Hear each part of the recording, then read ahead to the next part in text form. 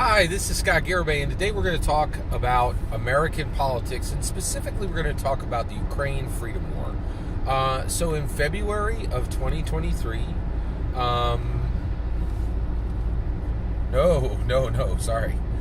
in February of 2022, Russia invaded Ukraine, right? And Russia invaded Ukraine, and I think at that point we thought of it as the Russian invasion, right? This war as Russia's invasion of Ukraine, and I think at this point it's turned into the Ukrainian Freedom War. The Ukrainians fighting for freedom to live as a sovereign nation, and fighting for the entire world to live free from tyranny, right? It is, we all know at this point, Vladimir Putin is a tyrant. He's a human monster, right? And I think one of the reasons why people are responding to this war so passionately, and why Americans are responding to this war passionately, is the first time we've really seen good versus evil, right? Like, President Zelensky, good. Vladimir Putin, pure evil. Like, just a tyrannical monster, right? Like, it's just, and you don't see that often. You don't see a fight. It's so easy to root for the Ukrainians in this because they're good. They're fighting for their sovereignty, and now there's fighting for the validity of every sovereign nation to say we are a sovereign nation, and no one gets to question that sovereignty, right? So let me get to the point of this video. The point of this video is, it is my supposition that America is not helping Ukraine. Ukraine is helping America. Right? And the reason why is, like, we've spent billions to aid, so America has spent billions to aid Ukraine, but Ukraine has given us value 100 times what our money spent, right? So what has Ukraine done, which really means Ukraine has been aiding America primarily, not America aiding Ukraine, since February of 2022. So let me get into that. And by the way, it's June right now, so that means that so February, March, April, May, June. Holy cows! This war has been going on for 16 months, right? Now, first of all, this war should have been over in a week, and the reason and how that would have happened is America should have had 300,000 boots on the ground and helped Ukraine simply invade Russia and take over Russia's land, and then split up the land between us. If we had a president who had courage rather than cowardice, right? If we had a Republican president who's ready to use the military we've created, we could have easily invaded, we could have helped President Zelensky invade Russia, take all of Russia's land, and split it between America and Ukraine, right? That's what should have happened, right? But because we have a coward president, President Biden, right? It means that we're 16 months, we've been on the edge of World War III for 16 months. And it's ruined everything. It's caused our inflation to go through the roof, right? It's made it so... let me explain the pattern to you. Young Americans don't even have a hope. They don't even hope or even dream of owning a home anymore. Where it's shifted to is, young Americans now discuss car purchases the way they used to discuss house purchases. And there are many young people who are like, I don't think I'll ever own a car, right? I'll just Uber for the rest of my life. I don't need to get a driver's license, right? Because what's the chance of me buying average car today? Starting price is $46,000, right?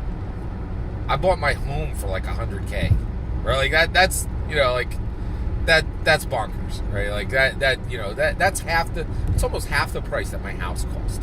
Right? That is incredible, right? So and this all comes from being on the verge of World War III for 16 months, and it is the actual cost of cowardice, right? So what has Ukraine done? Which means that Ukraine has actually helped America more than America has helped Ukraine. So first of all, what have we done for Ukraine? We haven't put a single boot on the ground, and that's what real help would have been, in my humble opinion. We really should have put boots on the ground from day one, right? 300,000 American boots on the ground, help President Zelensky invade Russia, take all of it, and give half of that land to America and half of that land to Ukraine. And Ukraine would have been all of Ukraine, and then half of the Russian land and then America would have the other half of the Russian land. I think that would have been the best way to handle that, right? All right, so, but what have they given us? The biggest thing is the U.S. military has been paying hyper close attention to what's happening in Ukraine. And Ukraine and America are sharing surveillance, right? Military surveillance, right? So what have we learned from this actual Ukrainian boots on the ground war, right? They are actually at war, the Ukrainian freedom war, for the freedom of sovereign Ukrainians and for the freedom of America. We're a sovereign nation, right? And if Vladimir Putin can roll up on a sovereign nation and say, your nation, which is a sovereign nation, is now my nation, it threatens every sovereign nation in the world, including America, right?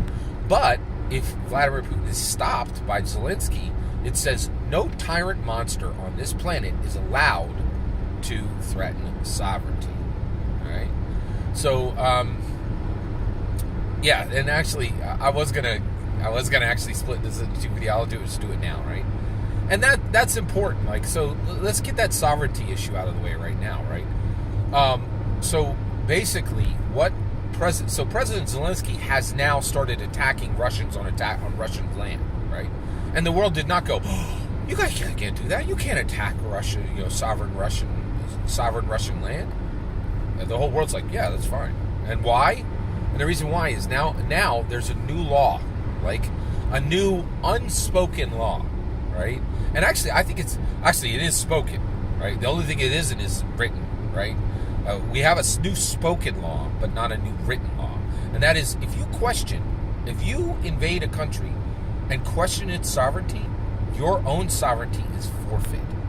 That's why President Zelensky is right now able to attack Russian land with his own military, and not land that Russia took over.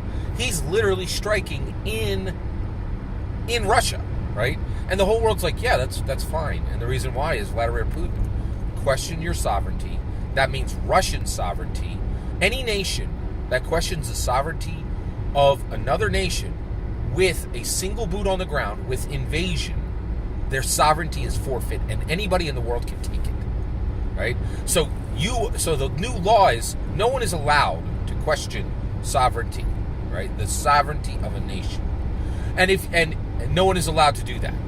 The cost for doing that, the cost for questioning a nation's sovereignty, is that your own nation's sovereignty is then forfeit, and any nation on the earth can attack you openly, right?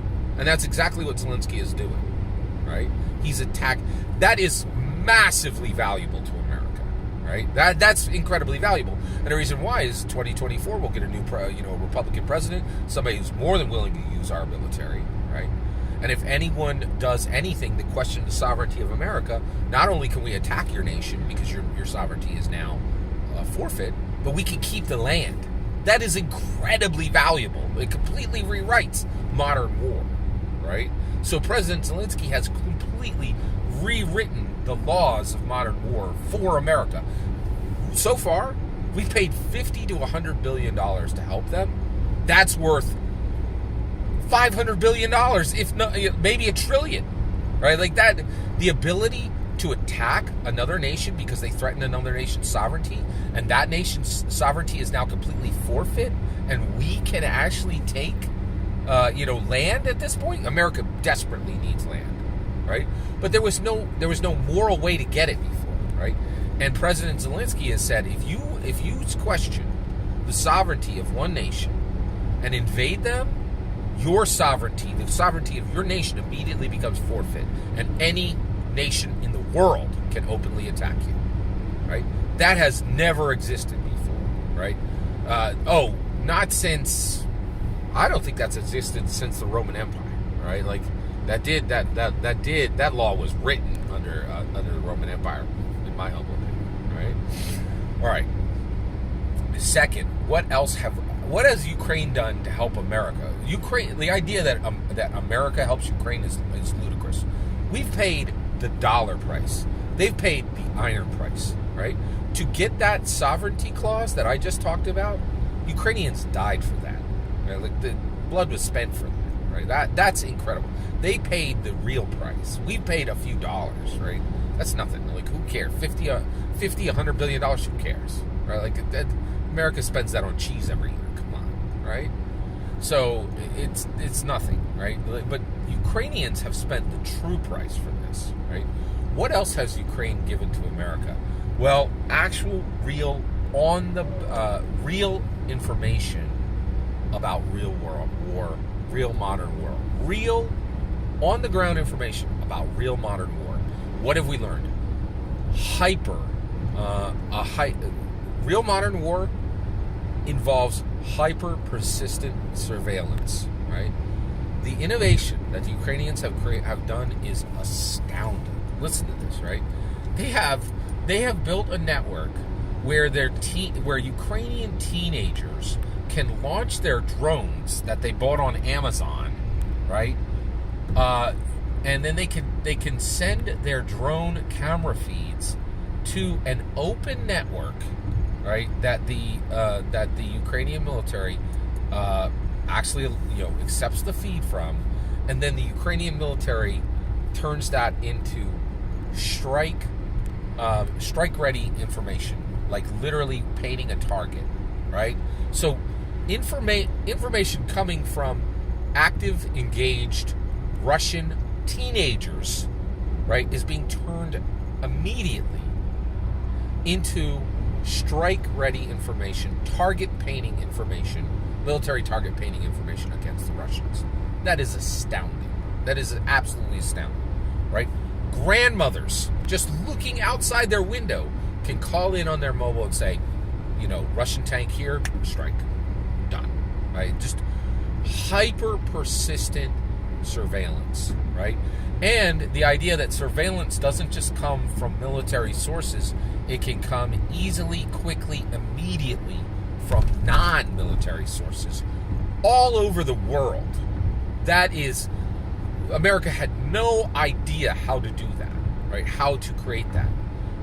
But Ukraine is in the middle of a freedom war, right? And for their own lives, they immediately, quickly determine exactly how to do that. Second, the information that, again, information that is truly astounding and that America had no idea was true, right? Here's the second one. Modern war is actually ancient war. Almost yet in equipment. When it comes to equipment, right, modern war is ancient war. You know what has been incredibly powerful, terrifyingly effective in the Ukraine freedom war? Ukrainian tanks, right? And not Ukrainian tanks, but like military American tanks that were given to them, German tanks that were given to them, British tanks that were given to them, right? Tanks have been incredibly effective. There has been talk for 50 years that the tank is completely antiquated. We know that is 100% wrong, right? Ukrainian tanks engaged Russian tanks, and man-held rockets engaged Russian tanks, and tanks have been incredibly effective. Tank-on-tank battle in Europe. Nobody thought that we would ever see that again, and it's been massive. There have literally been hundreds of tank skirmishes, and tanks are still completely relevant. No one ever thought that would be the case, right? And again, this information, we paid $50 to $100 billion for this, right? Ukraine paid lives for this. They paid the iron price, right? That's astounding, right? Second, we have massive, completely fresh information about Russia, right? And the U.S. military wanted this information, but they didn't want to pay the price. They want to pay the iron price for it, right? That's what Ukraine has been paying the iron price to answer questions that America had, right? So for a long time, America's had this question: Is Russia a global superpower? Absolutely not. They're not even a regional power. President Zelensky, with a green T-shirt and surplus American weapons, defeated Putin like he was nothing. Please. Russia is not a global superpower. Russia isn't even a regional power, right? Even more than that, we now know, almost to a certainty, in my humble opinion, almost to a certainty, that Russia has no nukes, no functioning nukes. Here's why. They could not maintain their trucks. They couldn't even rotate the tires and properly oil their trucks. They were breaking down on the way to Ukraine. And why? Here's the answer. Okay, one, a lack of technical skill, a lack of technical knowledge, but far more than that. And Peter Zeihan talked about this. Absolutely incredible. For every $3 that are spent on the U.S. For every $3 that's spent on the Russian military, only $1 actually makes it to equipment and soldiers. The rest of it is sucked up in graft and corruption. There you go, right? Like, so the reality is the idea that Russia wasn't even able to properly maintain their trucks, right? Many of their tanks broke down. They couldn't even maintain their trucks and their tanks, and this was basic maintenance, right? The idea that they've actually maintained their nuclear supply is ludicrous at this point, right? So so what that really comes all the way to, in my humble opinion, is actually North Korea is a far more deadly force that North Korea is far more deadly to America than Russia ever will be. That's incredible. We did not know that. We genuinely had no idea that was true, right? Ukraine has helped America. America has not helped Ukraine, right? They have given us 100 times the value of the $50 to $100 billion we've given them, right? So every single word of that is my humble opinion. What's really important is when I get to hear your humble opinion. When you get in the comments and send your traffic, please consider subscribing and have a wonderful millennium.